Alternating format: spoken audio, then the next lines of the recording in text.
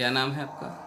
हाँ, मैं सुभाष चंद्र यादव, पिता का नाम श्री अंतु यादव, ग्राम देवकली बिशुनपुर, पोस्ट कोपागंज, जिला मऊ का रहने वाला हूँ। जी यादव जी, बताएं कि किस प्रकार की समस्या आपके साथ है। जी, हमारी समस्या ये है कि देखिए सर, मैं एक फौजी आदमी हूँ और हम ये नहीं सोचते हैं कि हाँ, हम तो एक दूसरे की हेल्प के लिए रहते हैं, लेकिन हमारे ही साथ यदि ऐसा हो तो बहुत दुख होता है दिल में। क्या होता है बताइए, समस्या जो है बताइए। समस्या ये है कि हमारा एक चक है, वो हमारे पिताजी के नाम से है, और वहाँ बगल के चक वाले एक राय साहब हैं। तो हमारा चक 3 बीघा 9 कड़ी का चक है, जो मौके पर 4 मंडा हमारी ज़मीन कम है, और वहाँ राय साहब ने उसको ज़बरदस्ती उस पर रास्ता बनवाने की, और वो भी वहाँ चक मार्ग कोई है नहीं। कौन राय साहब है? एक राय साहब है और नारायण राय हैं, और उनके पुत्र हैं संजीव राय, रोजगार सेवक हैं, और प्रधान को मिला करके, गांव के प्रधान को मिला करके, और उस पर मनरेगा द्वारा रास्ता फेंकवाने लगे। हमने उनको कहा कि देखिए सर, ऐसा है कि ये हमारा चक आप में जा रहा है, और इसको नापी करवा लीजिए, करवा करके फेंकवाइए, और नहीं तो आप नहीं करवाएंगे तो हमको टाइम दीजिए, और मैं अपना नापी करवा करके तब उसके बाद आप फेंकवाइए। लेकिन वो नहीं माने, वो ज़बरदस्ती किए। तो जब ज़बरदस्ती किए तो मैं अब क्या करता, मैं फौजी आदमी अपने गांव वालों से तो लड़ूंगा नहीं, इसलिए कि हमारे गांव वाले दुश्मन तो है नहीं। लेकिन ये सब सोच करके हमने प्रशासन से हेल्प लेने की कोशिश की, जो कि मैं थानाध्यक्ष महोदय को एक पत्र लिखा।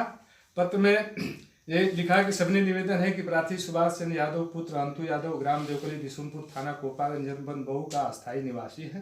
प्रार्थी इसके पूर्व सीमा सुरक्षा बल राजस्थान में मुख्य आरक्षक के पद पर तैनात था, जो मैं, जो आज सेवानिवृत्त है। प्रार्थी का एक पैतृक खेत है, चक संख्या 139, प्राचीन शिव मंदिर के पास ही पड़ता है, बगल में।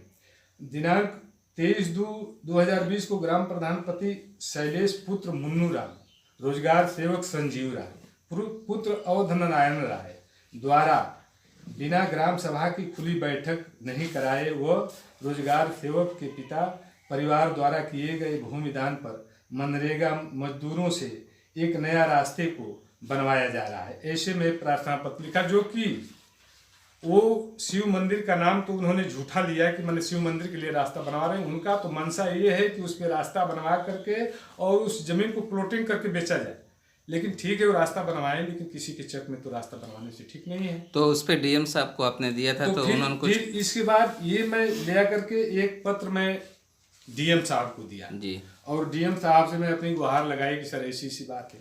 फिर डीएम साहब ने यहाँ लिखा कि एसडीएम सदर तत्काल जांच करें, और यदि दोषी पाया जाता है, जो भी दोषी पाया जाता है, तो धारा 447 आईपीसी में इन सब के ऊपर एफआईआर दर्ज किया जाए। डीएम साहब ने लिखा है, तो पत्र में बाद में पाया, पता किया कि ऐसे ऐसे लिखे हैं।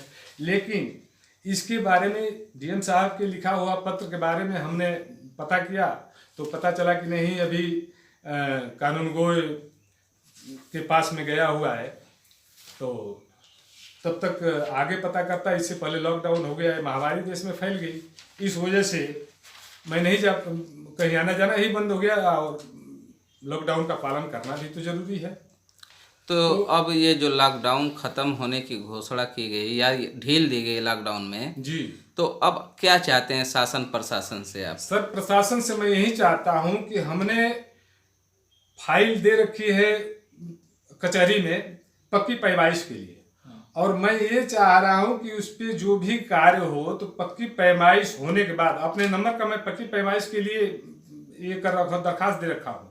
तो यदि पक्की पैमाइश हो जाती है, उसके बाद मैं यही चाहता हूं कि तब वो अपना काम कराएं, जो भी कराएं वो अपने चक में कराएं, उनके चक से हमारा कोई लेना देना नहीं। मतलब आप चाहते हैं कि नियमानुसार उसकी पैमाइश हो जाए, उसके बाद अगर उनका पड़ता है तो वो उसमें कुछ भी कराएं, हमको आपत्ति नहीं। नहीं, वो अपने चक में कुछ भी कराएं, हमको आपत्ति नहीं। सिर्फ हमारा कहना इतना ही है कि चक की पैमाइश हो जाए, हम पक्की पैमाइश करवा लेते हैं, तो उसके बाद अपना नियमानुसार कराएं। ठीक है, थैंक यू।